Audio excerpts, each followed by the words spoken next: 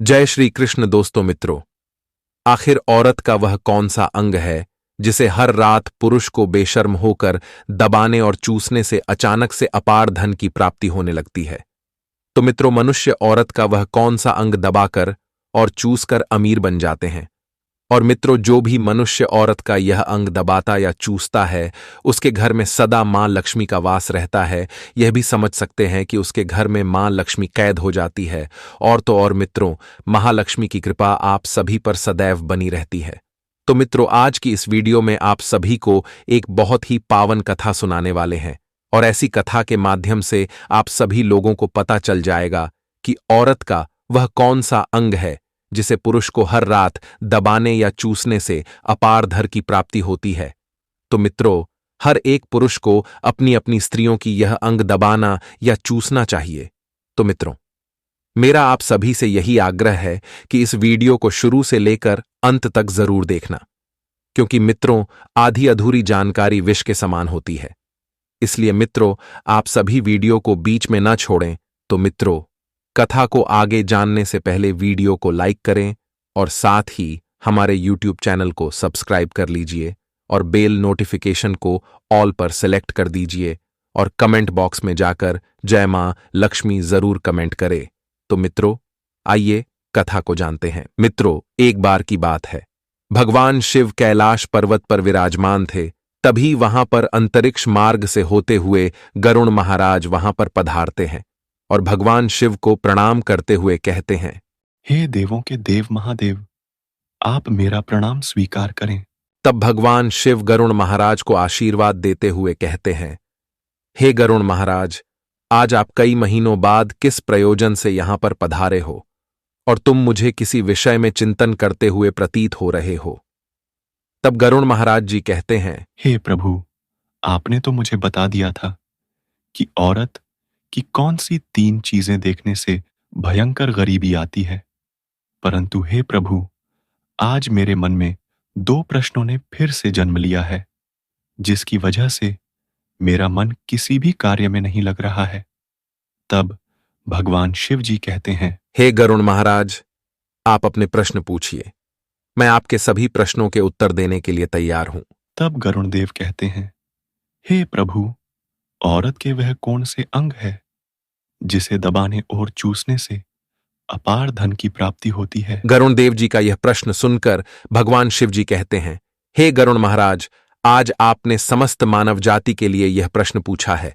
और आगे भगवान शिव जी कहते हैं, हे गरुण देव, मैं इस प्रश्न का उत्तर एक कथा के माध्यम से तुमको बताऊंगा। तो हे गरुण महाराज, आप इस कथा को पूरे ध्यान से और कथा को अंत तक सुनना।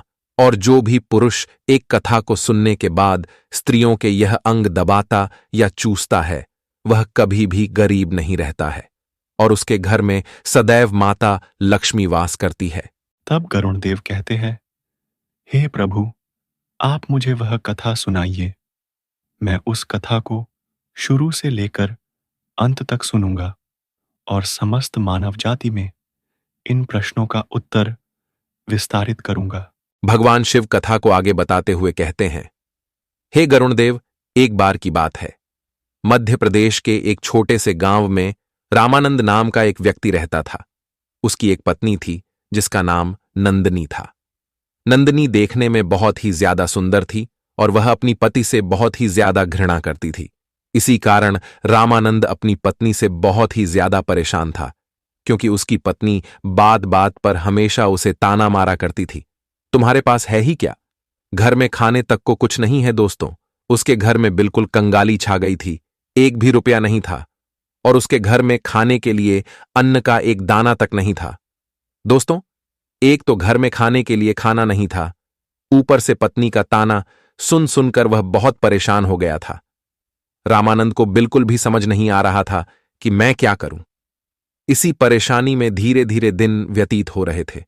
फिर एक दिन की बात है, जब वह अपने घर से जंगल होते हुए एक सुनसान रास्ते पर निकल गया। वह रास्ता बहुत ही ज्यादा सुनसान था। उस रास्ते पर दूर दूर तक कोई नजर नहीं आ रहा था। उसको पेड़ पौधों के अलावा न कोई पशु न ही कोई पंछी नजर आ रही थी। वह चलते ही जा रहा था। तभी उसको जंगल के भीतर एक आश्रम दिखाई देता है। वह उस आश्रम के पास जाता है तो वह सोचता है कि यहां दूर दूर तक न कोई पशु, न कोई पंछी, न ही कोई मनुष्य दिखाई दे रहा है। तो यह आश्रम कहां से आ गया? तभी उसकी नजर एक साधु पर तपस्या करते हुए दिखाई दिए। आगे भगवान शिव जी कहते हैं, हे गरुण महाराज। फिर रामानंद उस साधु के पास जाकर बैठ गया। जब साधु ने अपना तप खत्म किया तो रामानंद उनके सामने जोर जोर से रोने लगा। साधु ने रामानंद से कहा, हे पुत्र, तुम्हें क्या दिक्कत है? तुम क्यों रो रहे हो? आखिर तुम्हें क्या परेशानी है? तब रामानंद ने साधु महाराज से कहा, हे महाराज, मेरी एक पत्नी है जो कि मुझे रोजाना ताना मारती है। मैं गरीब हूं तो मैं क्या करूं? कितना भी कुछ कर लूं, लेकिन धन कमा ही नहीं पाता हूं। मेरा एक छोटा सा धंधा था, वह भी पत्नी के क्लेश की वजह से चौपट हो गया। वह दिन रात मुझसे झगड़ा करती है। अब तो मैं दाने दाने के लिए परेशान हो गया हूं। हमारे घर में खाने के लिए न ही कोई अन्न है और पीने तक के लिए न ही कोई पानी है, और इस वस्त्र के अलावा मेरा पास कोई दूसरा वस्त्र भी नहीं है जिसकी वजह से मैं एक हो वस्त्र पहनता हूं। हे साधु महाराज, लेकिन मैं अपनी पत्नी को समझाता हूं कि वह मुझे ताने ना मारे, मुझसे झगड़ा ना करें, लेकिन वह बिल्कुल भी नहीं मानती। हे साधु महाराज जी, इसी वजह से मैं बहुत ज्यादा परेशान हूं। इसी वजह से मैं अपना घर छोड़कर यहां आया हूं। तब साधु जी कहते हैं, रो मत बेटा, मैं तुम्हें एक काम बताने जा रहा हूं जो तुम्हारी किस्मत चमका देगा। तुम्हें अपनी औरत का सिर्फ यह अंग बेशर्म होकर कर दबाना और चूस लेना है। अचानक तुम्हारे घर में धन की प्राप्ति होने लग जाएगी। तुम देखते ही देखते बहुत अमीर बन जाओगे। साधु जी कहते हैं, जो भी पुरुष औरतों का यह अंग दबाता या चूसता है, उसके घर में कभी भी धन की कमी नहीं रहती है और ना ही उसके घर में लड़ाई होती है। वह जो भी व्यापार करता है उसमें हमेशा तरक्की होती है, और तो और उसके घर में मां लक्ष्मी का वास रहता है। आप यह समझ जाएं कि माता लक्ष्मी उसके घर में सदैव सदैव के लिए कैद हो जाती है। आगे साधु महाराज रामानंद से कहते हैं, हे पुत्र, अब मैं तुमको औरत के उन अंगों के बारे में बताने जा रहा हूं। इसे ध्यान से सुनना और अपने जीवन में इस पर गौर करना। तब रामानंद साधु जी महाराज की बातें बहुत गौर से सुनता है और कहता है कि जितना जल्दी हो सके मुझे यह बता दो कि औरत का वह कौन सा अंग है जिसे दबाने या चूसने से अपार धन की प्राप्ति होती है। तभी साधु महाराज रामानंद से कहते हैं, हे पुत्र, इतनी भी क्या जल्दी है मित्रों। तभी साधु जी महाराज उस आदमी को एक कहानी सुनाते हैं और बताते हैं कि हे पुत्र, एक नगर में एक सोनार रहता था। उसके बहुत सारे ग्राहक थे जिस पर वह दिन रात मेहनत करता था। उसके घर में सोनार और उसकी पत्नी रहा करते थे। उस सोनार और उसकी पत्नी में आपस में बहुत ज्यादा प्रेम था। उसके घर में किसी भी प्रकार की लड़ाई, झगड़ा या क्लेश नहीं होता था। इसी वजह से उसके घर में सदैव महालक्ष्मी का वास रहता था और उसके धंधे में इतनी ज्यादा बढ़ोतरी होती थी कि वह दिन प्रतिदिन और अमीर होता जा रहा था। उस सोनार और उसकी पत्नी में इतना प्रेम था कि आसपास के लोग उन्हें देखकर जल जाया करते थे। धीरे धीरे उसके पूरे गांव के लोग जान गए कि सोनार और उसकी पत्नी में बहुत ज्यादा प्रेम है। धीरे धीरे यह बात उस नगर के राजा तक पहुंच गई। दोस्तों, सोनार और उसकी पत्नी की बात जब राजा के पास पहुंचती है तो राजा भी उसके प्रेम की काफी ज्यादा तारीफ करते हैं। वह सभी से बताते हैं कि हमारे नगर में एक सोनार और उसकी पत्नी रहते हैं जिनमें कभी भी लड़ाई झगड़े नहीं होते हैं। उन दोनों में आपस में इतना प्रेम है कि मैंने ऐसा अपनी जिंदगी में कभी भी नहीं देखा। एक बार की बात है, राजा पूरे नगर में ढिंढोरा पिटवा देता है कि इस नगर में जितने भी लोग हैं वह सभी अपने घर में घी का दिया जलाएंगे। राजा की पत्नी पूछती है कि आप ऐसा क्यों कर रहे हैं? सबके घर में घी का दिया क्यों जलवा रहे हैं? राजा अपनी पत्नी की बात सुनकर कहते हैं, दीपक प्रेम की निशानी होता है। जिसके घर में घी का दीपक जलता है उसके घर में सदैव प्रेम बना रहता है और उसी घर में सैदव माता लक्ष्मी वास करती है।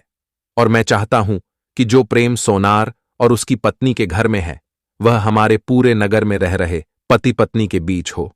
इसीलिए मैं हर घर में दीपक जलवाना चाहता हूं। दोस्तों, राजा के सैनिक जाते हैं और हर जगह नगर में दुग्गी और ढिंढोरा पीट देते हैं और कहते हैं, सभी नगरवासियों को न्याय सूचित किया जाता है कि सभी लोगों, महाराज का आदेश है कि सभी लोग अपने अपने घरों में घी के दीपक जलाएं और सभी के घरों में रात भर घी का दीपक जलना चाहिए।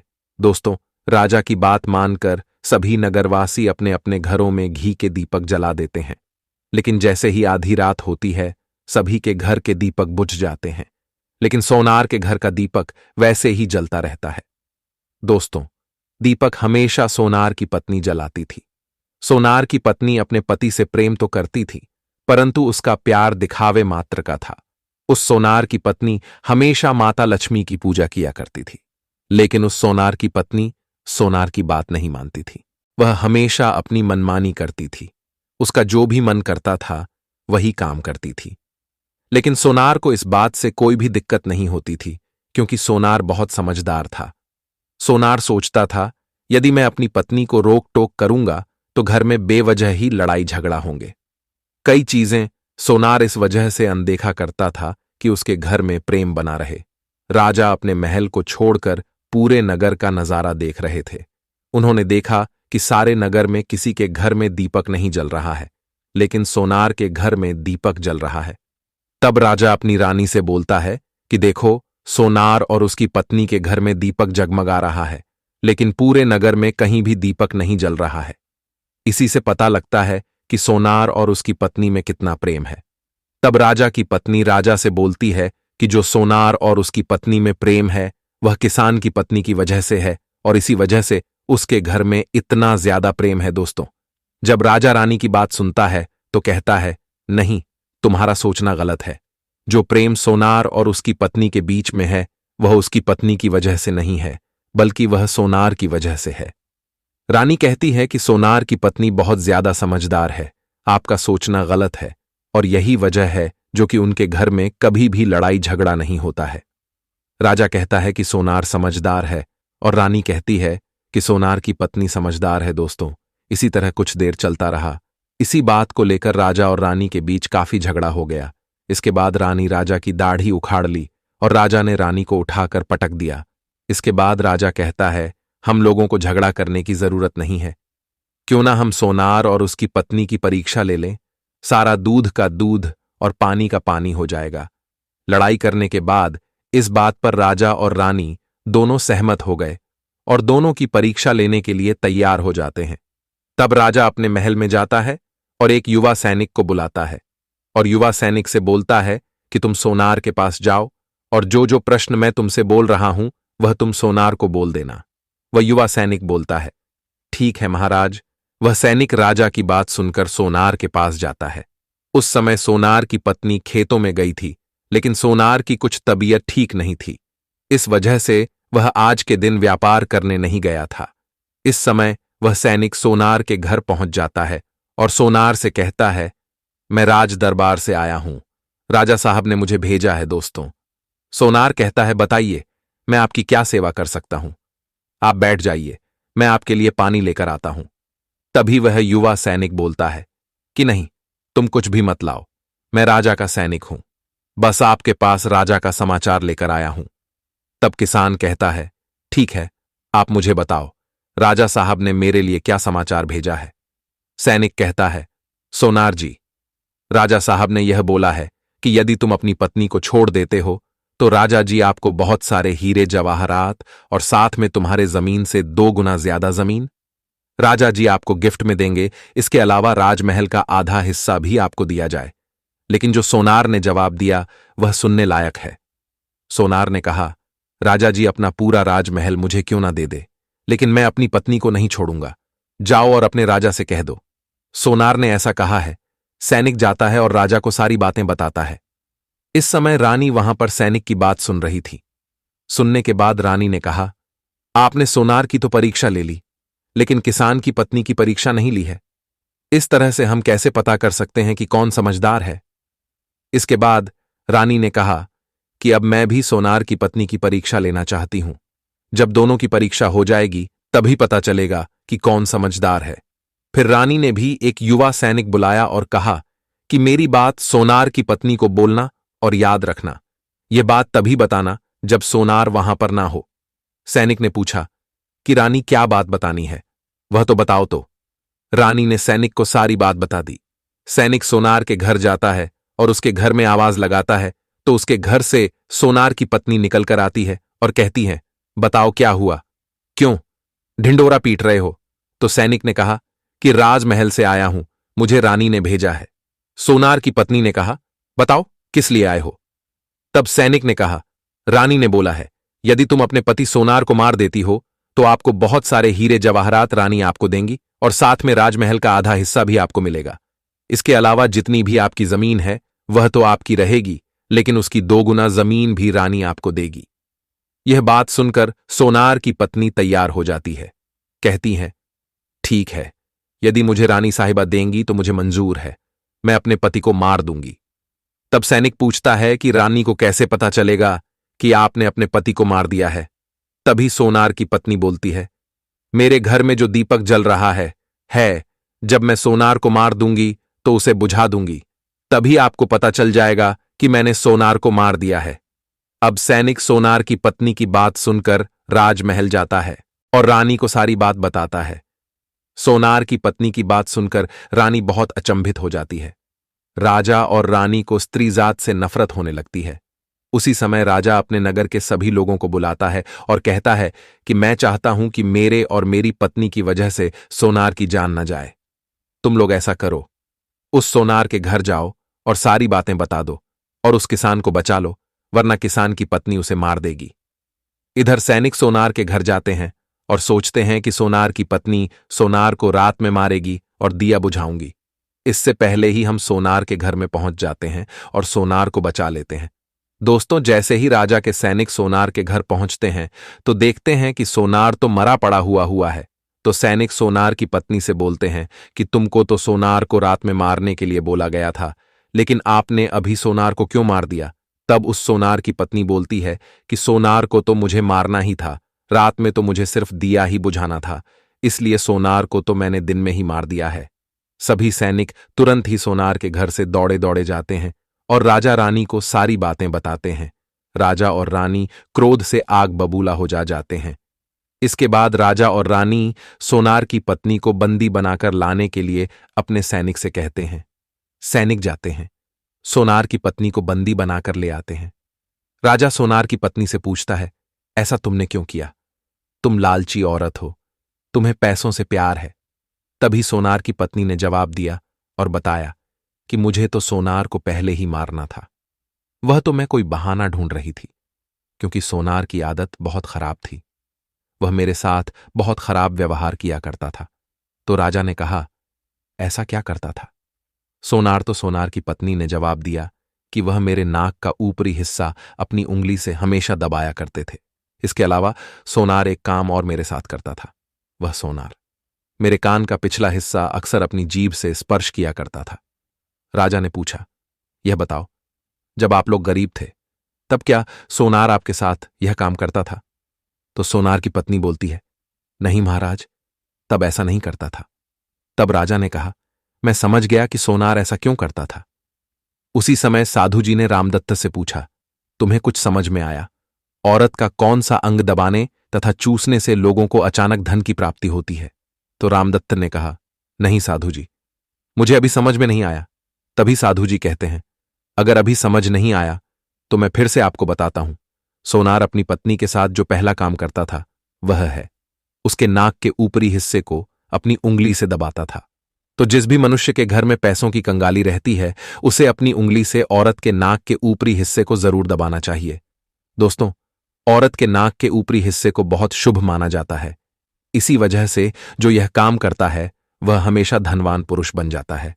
दूसरा काम है, जो भी पुरुष औरत के कान का पिछला हिस्सा अपने जीभ से स्पर्श करता है उसके किस्मत के द्वार खुल जाते हैं, उसे अचानक धन की प्राप्ति होती है। ऐसा इसीलिए होता है क्योंकि औरत के कान के पिछले हिस्से में माता लक्ष्मी का वास होता है। जब आप ऐसा करते हैं तो माता लक्ष्मी आपसे प्रसन्न हो जाती है और आपको अपार धन देती है। और आपने एक बात तो जरूर सुनी होगी, औरतें माता लक्ष्मी का रूप मानी जाती हैं। यही वजह है, इस संसार में जो भी मनुष्य यज्ञ पवित्र काम करता है उसका घर धन से भर जाता है, जो कि इस कहानी में सोनार भी अपनी पत्नी के साथ करता था। लेकिन आप जब भी ऐसा काम करें तब आपको अपनी पत्नी को पूरी बात बता देनी चाहिए, अन्यथा आपके जीवन में ऐसा अनर्थ भी हो सकता है। मित्रों, आगे भगवान शिव जी कहते हैं, हे गरुण महाराज, आपको आपके सभी प्रश्नों के उत्तर मिल गए होंगे। तो गरुण देव कहते हैं, हे प्रभु, मुझे मेरे प्रश्नों के उत्तर मिल गए हैं। अब मैं इस रहस्य को पूरे मानव जाति में विख्यात करूंगा और इसी रहस्य के कारण सभी की गरीबी दूर हो जाएगी और उसके घर में माता लक्ष्मी सदैव वास करती है। तो मित्रों, अगर यह कथा आप सबको अच्छी लगी हो तो कमेंट्स में जय श्री कृष्ण जरूर लिखकर कमेंट कर देना। और मित्रों, आप सभी लोग अभी तक वीडियो को लाइक नहीं किया है तो वीडियो को लाइक करके चैनल को सब्सक्राइब करें और साथ में बेल नोटिफिकेशन को ऑल पर अवश्य सेलेक्ट करें। और मित्रों, अगर आप सभी ने वीडियो को लाइक करके चैनल को सब्सक्राइब कर दिया है तो कमेंट बॉक्स में जय मां लक्ष्मी जरूर कमेंट करें, तभी मुझे पता चल पाएगा कि आप लोगों ने वीडियो को लाइक और सब्सक्राइब किया है। तो मित्रों, वीडियो को यहां तक देखने के लिए आप सभी का दिल से धन्यवाद। मिलते हैं और किसी पौराणिक कथा के साथ